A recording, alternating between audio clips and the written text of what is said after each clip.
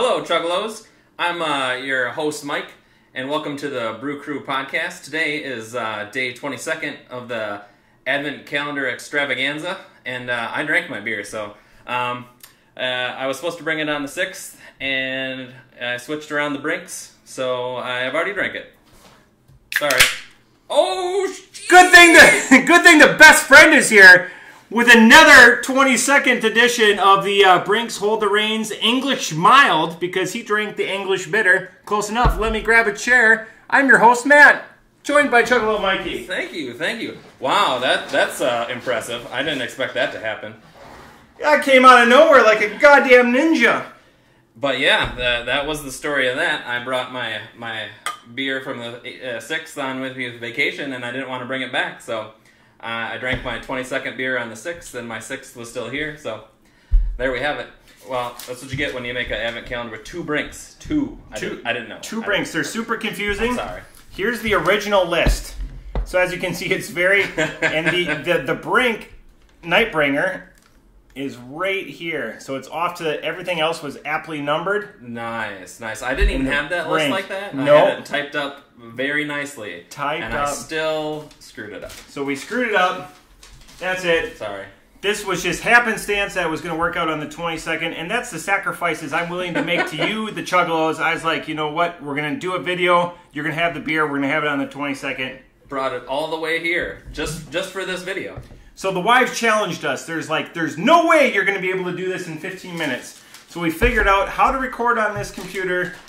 I'm not going to do any... That was a challenge. I'm not going to do any brinks. If you want to know anything about the brinks, we did it on the 6th. So go back to day 6 of the episode. And they're out of Cincinnati. We know that. Nightbringer was a delicious beer. We disagreed on it. So...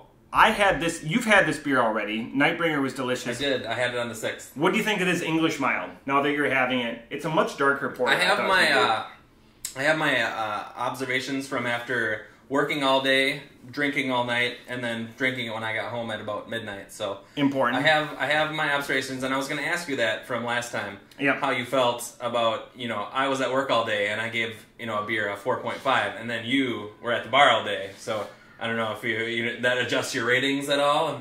It's possible. It's possible. It's always, a lot of beers are a lot of situational. So we've had earlier today, we've had an Abraxas, we had a brewery, which are highly touted beers nationwide. So Brink is much more regional. You're not going to be able to get it outside of Ohio.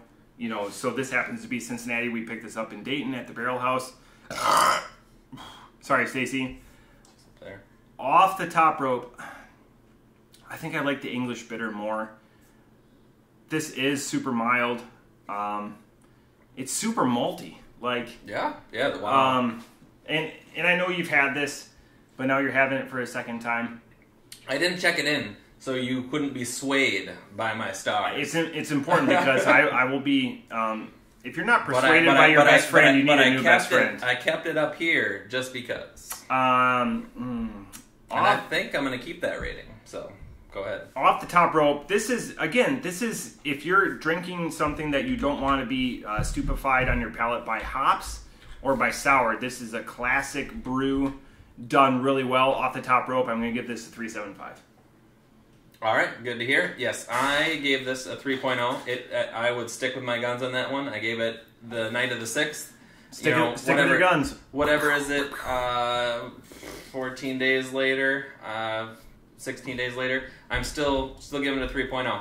I think I'm sticking with that because all the beers that kind of line up with me, kind of like the one yesterday, that was that winter lager that Matt really liked, and it's so good. And I kind of had it down the middle of the road again. So. For a winter lager, this is where Okay. If you grade all beers on the same one, and that's the thing, he's a purist grader, which is important. All beers are graded the same. For me, at a weakness of mine, I try to grade them based on what they are.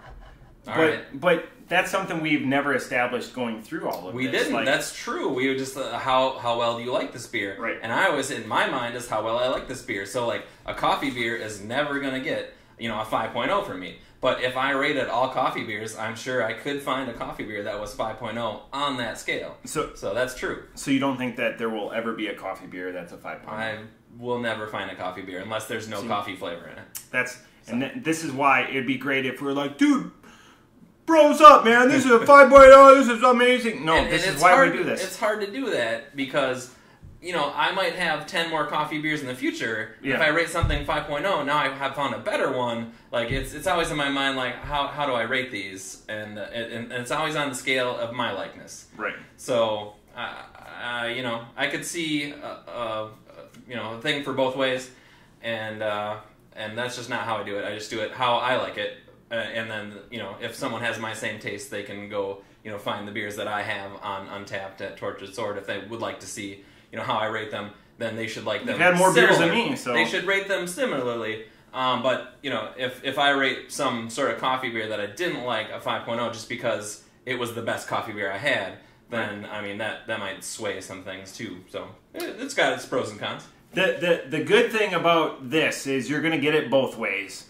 But the thing about the entire thing, and a lot of things, is you're going to get it the Chuggalo way, which is one way. So, Brink, not, 375, 3.0. It is what it is. It's an English mild, so if you like those older relic type beers, this is probably your thing. If you're a hop stout, sour individual, this is not going to be your beer. And like you said, we had an English, an English bitter. English bitter. So and we rated that very highly. Yeah. And because we've never had an English bitter like that, and that was really good. A little more rare. Is, similar thing. I don't have a lot of English milds around here either, but it's not as good as I would have liked. I like that they're doing something different outside of just it's a sour plus 15 iterations, or an IPA plus 15 iterations. There's a lot of those. Or a stout. They're very popular because they're good. Yeah, these are two unique ones. So they delivered us the Nightbringer, which you had, which was the coffee. So we're on the conclusion of this. So we had two different Brink beers. I rated the first one higher. He rated, which was the Coffee Imperial Stout, I believe. And then you rated it lower because it had coffee in it. Which, understandable. It's just something that doesn't please your palate. Some people, is an acquired taste, and then there's JT that's like, I don't know how you don't like coffee. Oh, sorry, buddy. Coffee's, manna from heaven for him, but... Mm-hmm. And it's for most people, so I'm the odd man out. Sorry. Boom. That's it. Day 22. 2 days left. 2 and 2. Like Chuck Lorre. Only 2? All right. We'll wrap this up soon. So, cheers, friends. Cheers.